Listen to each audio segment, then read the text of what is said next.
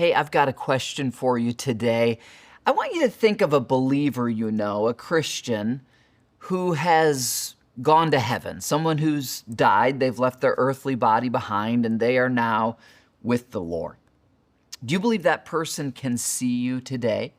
Do you believe that person is cheering you on from heaven when you do the right thing? Almost like you imagine the Super Bowl or some kind of sports arena that's packed with people, and they're cheering down, hoping that you win, that you make the right play. They see the angels and the demons. They see how good and evil are battling for souls and nations, and they love you, and they're watching you, and they're cheering you on. Do you believe that's true? Well, I believe that's true, and here's why. It's because of our verse today, Hebrews chapter 12, verse 1. Now, remember from yesterday, this is following the hall of faith, faithful believers who've gone to heaven before us. And then we're told this in verse 1 of chapter 12. Therefore, as a result of all of that, since we are surrounded like an amphitheater by such a huge crowd of witnesses. Who are these witnesses? They are the people of faith who've gone to be with the Lord.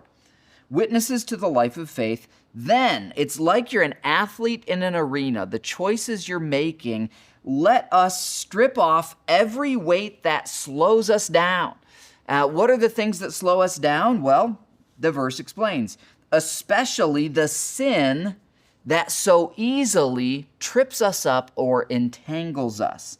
And let us run with endurance the race that God has set before us. So you know this, that the Olympics date all the way back to the New Testament times. The Greek games where they would have an amphitheater and they would have these runners and the crowd would be cheering them on. And that's exactly the imagery here, that you are running a race spiritually. And when sin is in your life, it's like running with a backpack on or running with, something around your ankles and it's tripping you up. And this passage says, hey, did you know your dad or your grandpa, that godly person who you loved, who you missed, did you know they are cheering you on in the amphitheater of heaven as they look down on earth, and your race has been marked out for you by God. So when you say no to sin, guess what? There are angels and there are believers who are cheering.